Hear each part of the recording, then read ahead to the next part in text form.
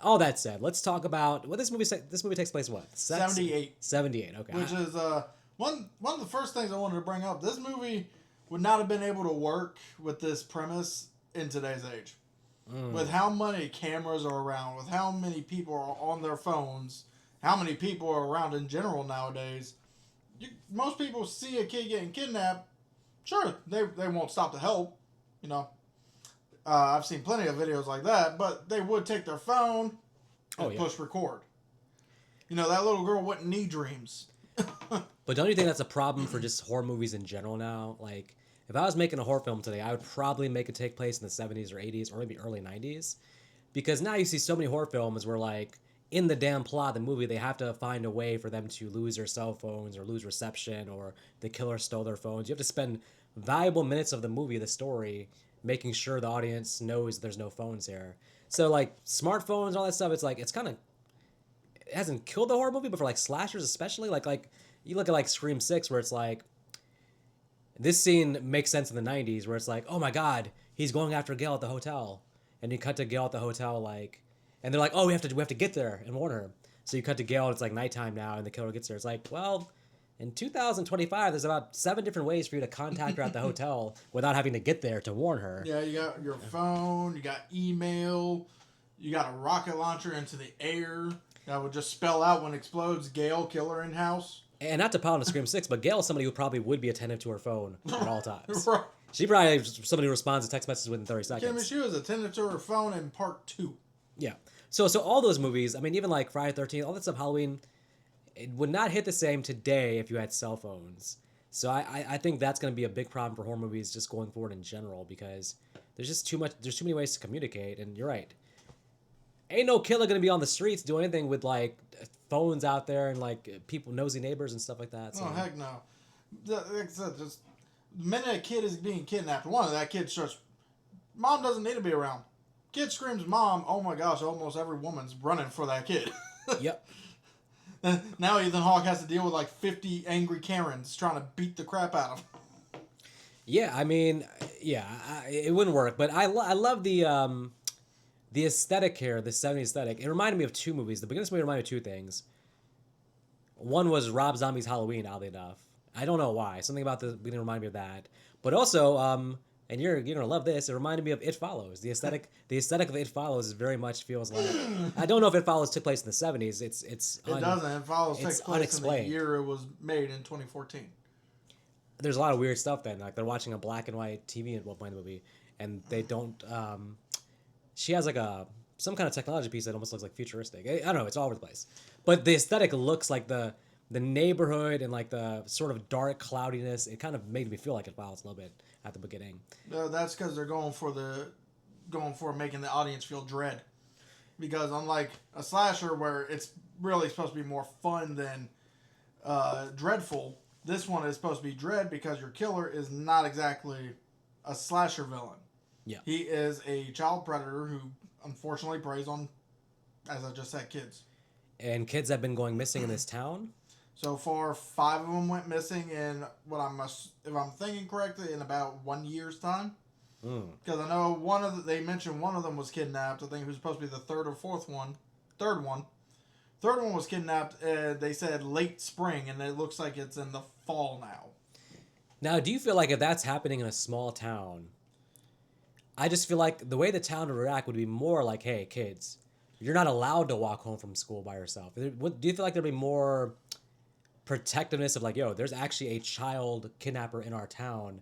You're not allowed to walk home from school. You would think. They're pretty blasé about that. So my thing, though, is more, okay, within the movie, clearly the cops are doing an investigation of this whole thing. That part I understand. I think they're reacting fine. My thing is like, picture if you're a parent in the town. And let's say you just even read in the newspaper like, oh, there's been 5 kids in the last year that have gone missing. You as a parent, are you like not being like, hey, I'm driving you to school back and forth every day. You're not walking home by yourself because you could be kid number 6. It just seems like just normal parenting cautiousness would be like, hey, or I hate to say this, but you got to give your kids at this point like a damn pocket knife or something to defend themselves. So what I feel like should have happened, because the reason parents aren't there to pick their kids up from school is they all got work around this time that kids are getting out. Mm-hmm. What I think is what should have happened. Yeah, sure, they all live in close proximity that they can walk to school, but they should have been taking the school bus. I feel like the school should have organized a school bus to come and pick the kids up, take them home. Take the school bus, or there's some rule that you tell the kids, like, hey, you can only walk home if you're in a group of the kids, because whoever's trying to attack is less likely if there's a group of kids, right? Right. What you can do in that situation is like you literally walking home by yourself, isolated, and you actually run into a stranger, and then this is a smart kid, but he runs a stranger like, do some magic tricks for me. Like, I mean, come on. Is he really smart? Because I'm sorry, He eventually is very smart. Ethan Hawke's character in this, when you first see him, He looks like see his full face, and I'm like, creeper. I don't want anything to do with you, guy. Well, I think you know what's funny too is like, I don't know if you like got this growing up, but I was always taught like, for me specifically, it was like stay away from like white vans. White vans were always like the stranger danger, like someone in a white van is going to kidnap you. So I was always like, as a kid, we would walk. That be white, huh? No, it's just the thing. It's always a white van. Oh, no. I think there was probably some like actual thing where like something happened where a lot of white vans were involved with kidnapping, something like that. But Still to this day, people say that. I jokingly say it whenever, because the ice cream trucks nowadays, yeah, you got the blue bunnies that are blue. Yeah. But the one that comes around here is white. Yeah. And it barely has the stickers visible from here. So I'm like, what is this random white van doing?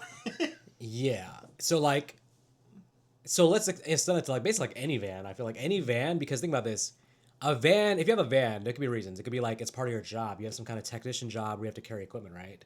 But if you were going to be somebody who's like kidnapping kids, that van could be used to kidnap people. Mm. So like if you're a kid walking by a van, I mean, obviously, by the time he walks up to Ethan Hawke's pretty much blocking his way. So he really has no choice unless he's going to just immediately turn around and run the other direction. He could have just left face, walked around, right face, walked around. Well, the problem at that point is Ethan Hawke's going to chase him down. So you have to basically just turning and running in the way is the only chance you can maybe actually get away from him. If you try to run by him, that's not going to work. Yeah, that's the other thing. Because you mentioned, kids shouldn't be walking alone. Why has no one said, hey, stranger danger? I mean, this specific scene where he runs to the Hawk, even before that, you see his sister walk off by herself, and then he walks off by himself. I'm just like, man, there has to be more awareness of what's going on in the town than what we're seeing. Obviously, maybe the father's not the best father in the world, so maybe he's not preaching that to them. But have you not paid attention to the father in this movie? Yeah, man, like I said, maybe not the best father. Father is a drunk. He is unfortunately going through a big depression because of what happened to his wife. Making his daughter cry. Yeah. I do appreciate that the first 20 minutes takes time just to focus on the characters before we get into the meat of the story. I'll say this. The other thing that the movie reminds me of, which is a compliment, is that the brother-sister dynamic reminds me of Jeepers Creepers, and I mean that in a good way. It feels like that's how brothers and sisters who get along actually act. Especially, they make fun of each other, but it's still all good. And then you got this sister that is a badass throughout this whole movie, because after Robin disappears, she sees her brother getting bullied, so she comes up with a rock and just bashes one kid's face in. This is one of the great kid characters in horror movie history for sure. I would have been, you know what's funny is like just watching her, I would have been like tickled by the idea if she was the one that got kidnapped. Because she'd have just been like calling him a fart knocker and like just all these funny nicknames. Yeah, the only problem with that is because then it would turn into a horror comedy at that point. Yeah.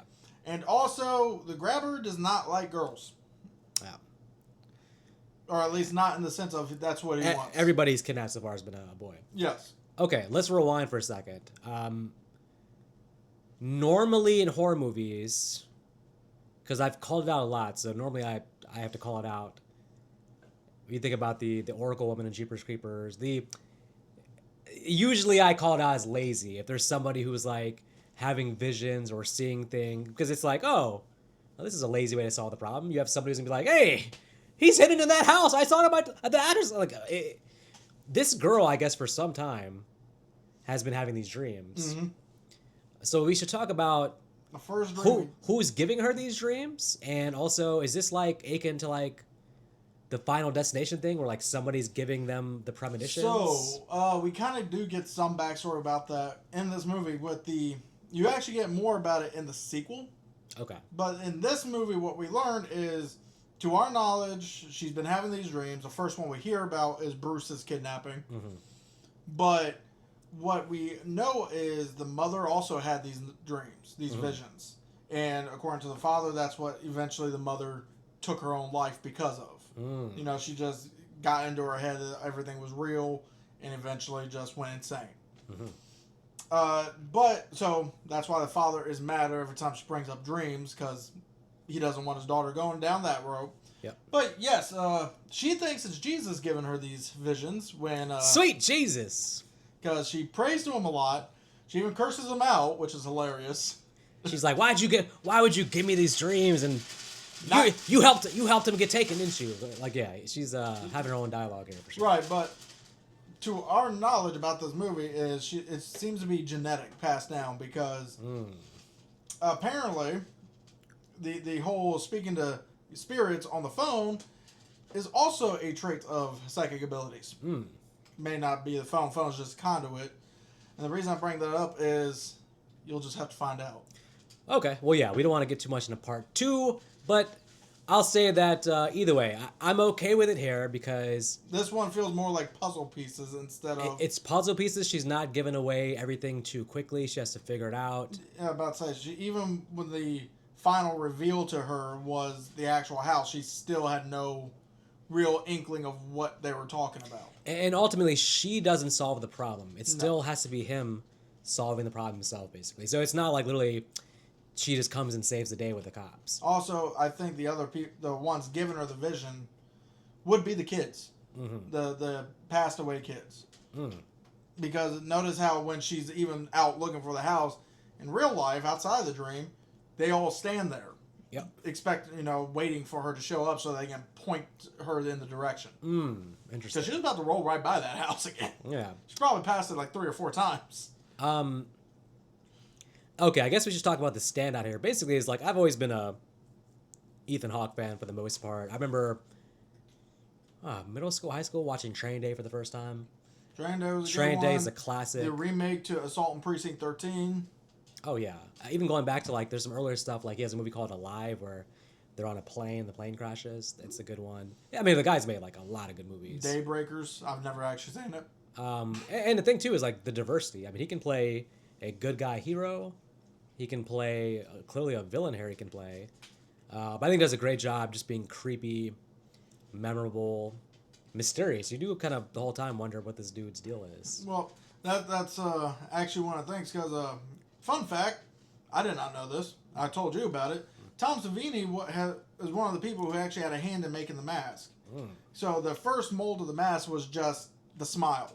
It was completely full mask, and then they were sitting there talking, and Tom Savini brought up to him, was like, what if we made it a half a mask? That you can pull it apart, kind of intersect it with different expressions. So, whenever he's trying to get Finney on his side, he's wearing the smile to show nothing's going to happen to you. I'm a good guy. When he wants to be expressionless, the no mouth. And then, of course, when he wants to punish and play his naughty boy game, frowny. Tom Savini's longevity. The man was doing stuff in 1980. In 1970s, actually, Dawn of the Dead, all the way to now. Amazing. Props to Tom Savini. Yeah, he's got to give a shout out to Ethan Hawke. He's definitely, I think, the standout here. But again, I think that the child actors are fantastic.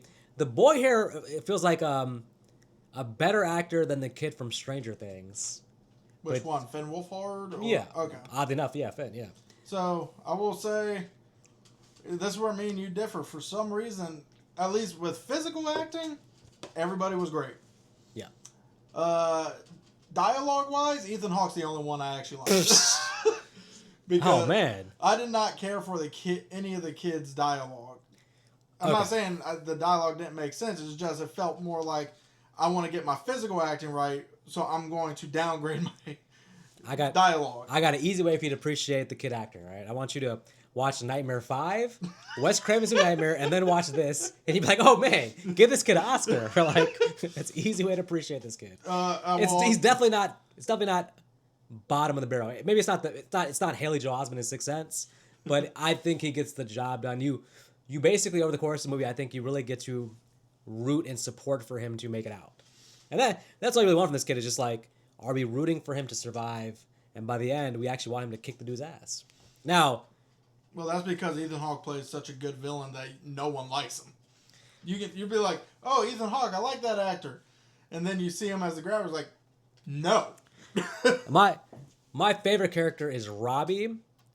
We all would want to have a friend like that in middle school or high school. Can you imagine? The world would be a better place. You Everybody. mean Robin? Oh shit. My favorite character is Robin. I mean, every kid in middle school, high school should have a friend like that. Can you imagine how much the better the world would be if every kid had a friend like that? Like, You know how much better the world would be if parents actually, when parents found out, hey, their kid's a bully, so you take a belt to their ass. yeah, I mean that would work too. What do you think happened when Ethan Hawke tried to take Robin? You think there was like a fight there? I feel like Robin would have fought back. Well, Robin would have fought back, but here's the problem: Robin was originally not the strongest person there. He was the best fighter. Yeah. Strongest person was, if I'm thinking correctly, would be the grabber's third victim. What's his name? Vance Hooper.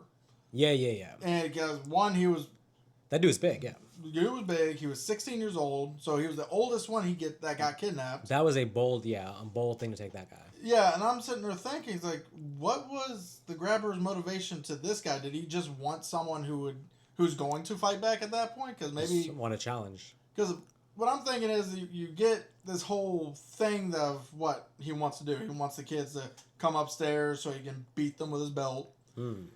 I know with the first kid, he accidentally killed him during that event. So I'm wondering when maybe he killed the second kid with that. So when Vance comes in, maybe he kidnapped him so that way he has someone he's not going to beat to death right off the bat. Interesting. What do you think about the brother character? Goofy, hot on the trails, figuring out the case. His own damn brother downstairs. In the basement. So Max, well, for one, I felt bad for him at the end. For one, the man never left the house. Yeah. He was just busy looking at everything. Yeah, I know most of the evidence he's going to see is on a newspaper clipping. Yep. But my thing is, at least go out and do something.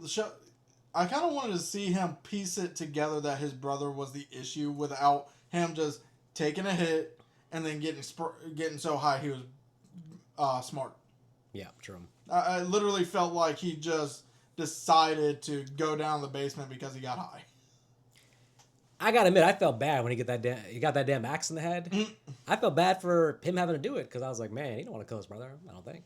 Oh, he did say his brother was an idiot, but he was his idiot. His idiot. No, yeah. It was the one thing I kind of wish I would have seen in this movie. Actually, would be showing Ethan Hawke a little bit in the world.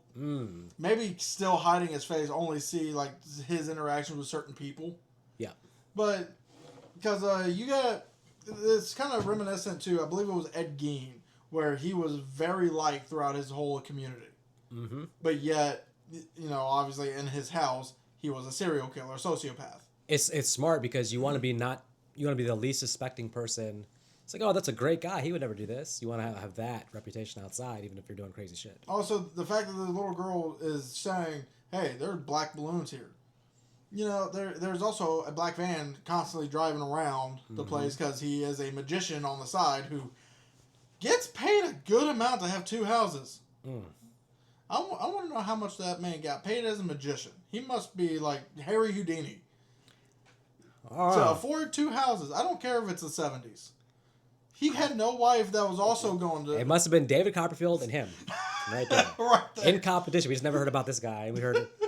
He was like, man, he took my role in Terror Train. Damn. That set him on the him on the killing spree. He was like, man, I just got that role in Terror Train. Right, but still, I was sitting there... we find out he has two houses. Like, how much do you make as a magician? Yeah, he says it's part-time, but... What does he do for full-time work? I want to know how he can afford two houses on a magician's salary. I don't think we'll ever find out. In terms of how they actually solve it, I do like the whole. He finally gets to talk to Robin on the phone.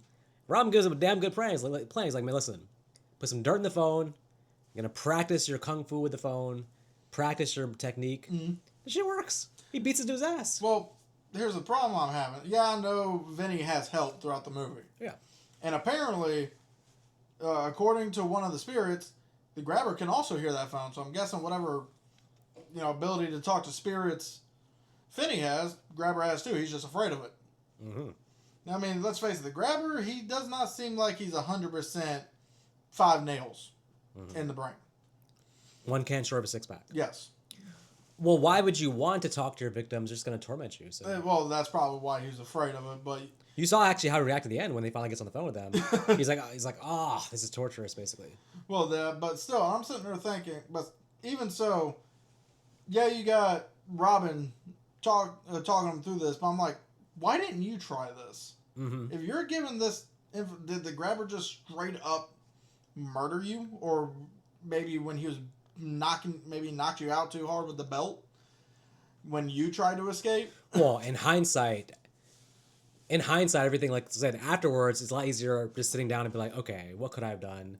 What was the plan? In the moment, it's probably less easier to actually come up with that plan. So. Yeah. But yeah, I was satisfied with the ending. Like I said, they didn't rely on the cops saving the day, which is good. He was able to defeat him, and then that was a brilliant move to actually use the phone thing to put him in the chokehold. I didn't see that. I thought he was just trying to beat him to death with it. He could also just try to beat him to death with the phone. Right, but for some reason I was thinking that thing was going to break, and the grabber was going to grab a hold of him. That'd have been awkward. Right, because when I saw him do that, I'm like, how strong are landline phone cables? And he was he's so close to it. Like, how hard is he actually pulling if he's that close? I feel like extending himself out more would have given him more leverage, right? Well, I want to mention that for this ending, I noticed 2 things wrong with it. Yeah. The first, and it's not really a detriment to the film because it's very easy to miss, but when he jumps and wraps the phone cord around, you actually see Ethan Hawke grab it and pull it completely away from his neck. Oh, damn it, man! Again, you have to be paying attention to it to see it, and then of course he puts it right back. So he lessened it so that way when the kid jumps, because he actually did his own stunts. Yeah. That he didn't want that to literally go right into his throat. So that's more of a safety I can thing. forgive that. It's more the camera has to cut away though, not right. So. But I mean, even the kid did his own stunts with that whole scene. Yeah, I know he didn't get hurt during the fight, but the fact that apparently all these kids did any stunt they had, they all did it because they wanted to. They wanted to have fun. Did the girl actually get kicked in the face? Yeah. Damn. No, every stunt that don't sound like fun. Every stunt they did, the kids wanted to do their own stunts. So as long as they were obviously made it safe for them, they let them do it. Including, like, to the fight where Finney was getting his butt kicked and the little girl got kicked in the face. That was her. Well, I would say when the movie ends, I'll be honest, it didn't leave me thinking, oh, we need a sequel or franchise here. It didn't feel like the kind of movie that needs anything else. Right. But it made so much damn money that I was like, oh, okay, I guess there's probably a way to do it. But, and I guess I'll have to review after part 2, but it feels like a good standalone. We'll see if, I'm sure and Black Tooth part 2's make a lot of money, so I'm sure it's like, how do we expand now into a franchise, but without giving anything away about part 2, it's hard to actually talk about it. So. Well, I mean, since the trailer's out, at the very least, we can still talk about what we saw in the trailer. I don't know if you watched the trailer. I saw he was in the snow, going down a sled. The way the trailer is showing is he is, and a lot of people's theory was because he died in the room, he then was able to be cursed into the black phone. That's why he can still only communicate to Finney on the phone. But because Finney's still in it, the girl's still in it. Of course, you gotta have them. Yep, and then but the whole thing is apparently he somehow becomes a dream monster, a dream killer, kind of like Freddy. But you only see in the trailers him going after the girl. So the trailer then put up the question is, why is he only going after her? Does he want to hurt her for what Finney did? Right. It's a whole kit and caboodle with the questions. Because obviously, trailer's not supposed to give away a whole lot. You see a bunch of random new dead kids giving her visions, giving her different signs through that trailer. So, and of course, snow. Yeah, snow in horror movies is always a good idea. Always a fresh look. So I will say they should call it Never Call Alone. Yeah, anyone who ever watched Working Man and actually liked it, the girl from Working Man is in the next movie. No one cares. Hear a pin drop. Is like, I is know, that, right? That a Jason Statham movie? Right. Oh, but And I only know that because you've talked about it. Right. I will say the second thing I noticed at the ending that was a continuity error. So you know how when the police get there, they're all there, and if you look in the back where the actual house is, where Finney's at, the black van's not in the driveway. Oh. But during the time of the girl getting there, you then get a cutaway of Ethan Hawke coming in after killing his brother. So his van should be there. Then the police show up, still no van. And I'm thinking, okay, maybe he just parked the van around. Maybe he... And then all of a sudden, Finney comes out and you see the van in the parking lot. I'm like, and no one picked that up. Oof. All right, that's rough. All right. I know she never mentioned a black van, but black van, black balloons, kind of... I feel like black balloon thing should, with him being a staple, I'm pretty sure it's a staple when doing some kind of magicianry. So I just remember, so there is one more thing I want to mention, and I've never read the original book that this apparently is based on, or story. I don't know if it's a book or a short story. But it was written by Joe Hill, the original, and the script was actually made in 5 weeks with the collaboration with Joe Hill. Mm-hmm. So maybe I need to read the book, see if it's actually close to the movie, or how many liberties they took with it. Yeah. Okay. Well, yeah, the book's out there. It should be. I think it came out a while ago. We started with shilling books. Let's show more books. You got Ghost of Baklava, Sutter Kane, and now Joe Hill's Ghost of Baklava by Sutter Kane. Black Tarantula. Ghost of Baklava by Sutter Kane. Sutter Kane now. She said I was about earlier about too much caffeine. Now can't pronunciate. We must end podcast immediately. My final thought: watch Black Phone if you haven't seen it. As always, folks, y'all don't have to go home. Y'all do gotta watch. You say you're going to post this around Thanksgiving time? Yeah. You do gotta make sure you eat all that chicken. All that turkey. Chicken. Turkey. Chicken's If better. you're talking about Thanksgiving turkey. Chicken is better. And even if you're an adult, stay Chicken. away from vans, even as an adult. So. Stay away from vans.